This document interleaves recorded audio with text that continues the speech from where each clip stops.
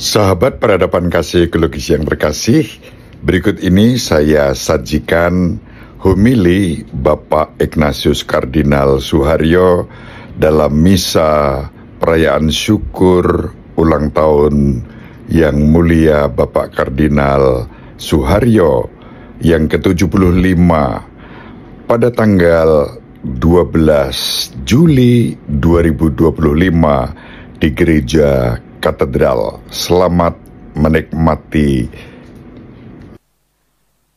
Dalam rasa syukur yang mendalam, saya ingin menggunakan kesempatan ini untuk mengucapkan terima kasih. Terima kasih kepada Bapak Kardinal Julius, Bapak Nuncio, Bapak Ketua KWI beserta para Bapak Uskup, para imam, biarawan, biarawati, ibu dan bapak, kaum muda, remaja dan anak-anak sekalian, para sahabat, lembaga-lembaga pelayanan di Keuskupan Agung Jakarta dalam bidang pendidikan, pelayanan sosial, pelayanan kesehatan, atas doa, dukungan, dan apapun yang telah ikut membentuk pribadi saya selama peziarahan hidup saya. Saudari-saudaraku yang terkasih, hidup kita termasuk hidup saya dapat kita baca dengan kacamata sabda Tuhan yang kita dengarkan pada hari ini. Pertanyaan yang diajukan oleh ahli Taurat, kalau kita mendengarkan suara batin kita, sebenarnya adalah pertanyaan kita juga. Pertanyaan mendasar, pertanyaan eksistensial, hidup kita masing-masing. Guru, apakah yang harus aku lakukan untuk memperoleh hidup kekal? Bukankah itu pertanyaan eksistensial untuk kita semua? Jawaban yang diberikan oleh ahli Taurat itu setelah Yesus bertanya balik kepadanya juga sangat kreatif.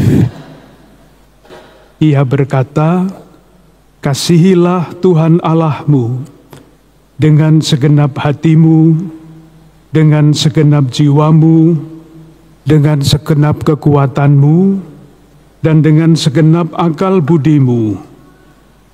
Dan kasihilah sesamamu manusia seperti dirimu sendiri." Kita sudah hafal dengan jawaban itu. Tetapi sebetulnya kalau kita melihat kitab suci, jawaban itu adalah suatu revolusi di dalam kehidupan beriman. Kalau kita baca ayat-ayat itu, jawaban tadi berasal dari dua kitab yang berbeda. Yang pertama dari kitab Ulangan, dan yang bagian kedua dari kitab Imamat. Kedua-duanya semula tidak berhubungan satu sama lain. Mencintai Allah adalah satu hal, mencintai sesama adalah lain hal, tidak ada hubungannya. Ahli kitab itu menggabungkan kedua perintah itu menjadi satu. Suatu revolusi sekali lagi di dalam keyakinan iman, atau menurut istilah teknis di dalam perkembangan teologi. Pertanyaan ahli Taurat yang selanjutnya, siapakah sesamaku itu, memberi kesempatan kepada Yesus untuk mengembangkan pengajarannya dengan perumpamaan orang Samaria yang baik hati. Kalau diringkas, perintah untuk mengasihi Allah dengan segenap hati mesti diwujudkan di dalam kasih kepada sesama. Kasih kepada sesama mesti diwujudkan di dalam gerakan-gerakan yang nyata.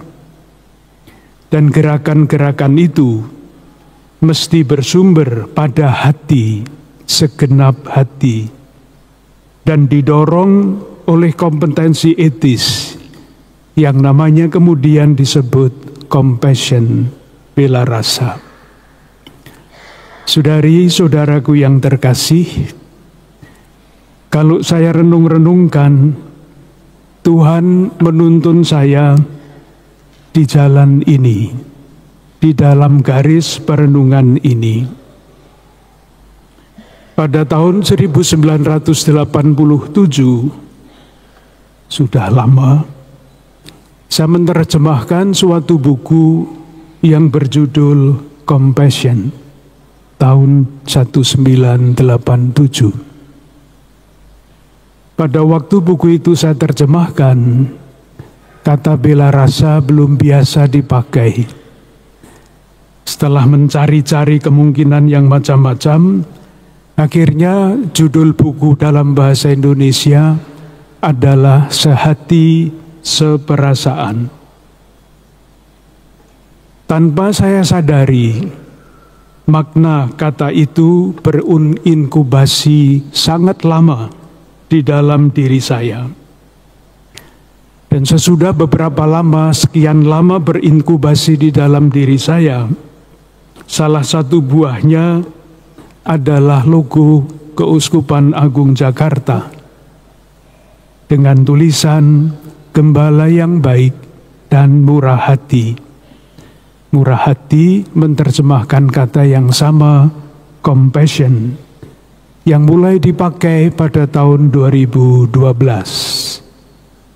Bagian yang pertama, Gembala yang baik, diletakkan sebagai dasar Keuskupan Agung Jakarta oleh Bapak Kardinal Julius. Saya menambahkan dengan kata murah hati sesuai dengan jalan, semangat yang entah bagaimana ditanamkan Tuhan di dalam diri saya.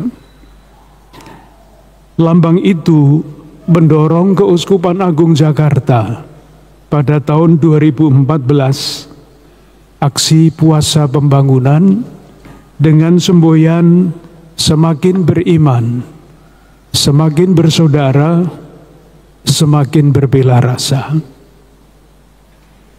Dan atas persetujuan Bapak Uskup Ketua Konferensi Wali Gereja Indonesia, semboyan inilah yang dipakai ketika Paus Fransiskus mengunjungi Indonesia pada tahun yang lalu.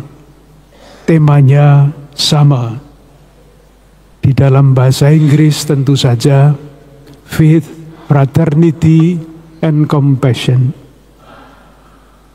Sebelumnya, dalam surat pribadi Paus Fransiskus yang saya terima, beliau menegaskan lagi pentingnya compassion itu. Saya kutip sebagian dari surat yang saya terima. Ketika saya mengingat Anda, satu kata muncul di dalam diri saya. Maksudnya Paus Fransiskus, yaitu compassion. Semoga Anda terus bertumbuh dalam bela rasa yang akan membuat Anda mengikuti Yesus Kristus lebih dekat lagi.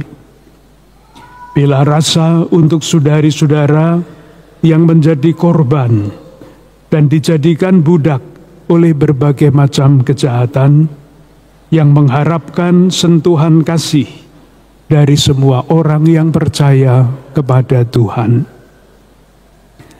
Semoga Keuskupan Agung Jakarta pada khususnya dan Gereja Katolik di Indonesia pada umumnya, apapun tema pastoral tahunan yang diangkatnya, terus menjadikan bela rasa sebagai rohnya. Semoga kompetensi etis ini mendorong kita semua untuk terus berusaha mencari jalan-jalan baru mewujudkannya untuk gereja dan untuk tanah air. Semoga Tuhan menganugerahkan rahmat, bimbingan dan tuntunan yang kita perlukan bagi Gereja Katolik di Indonesia untuk terus meniti jalan bela rasa itu. Tuhan memberkati. Terima kasih, salam sehat, tetap semangat tanpa sambat, selalu bahagia, kebahagiaan yang bersumber dari Tuhan Allah kita. Salve, shalom, salam sejahtera, berkah dalam.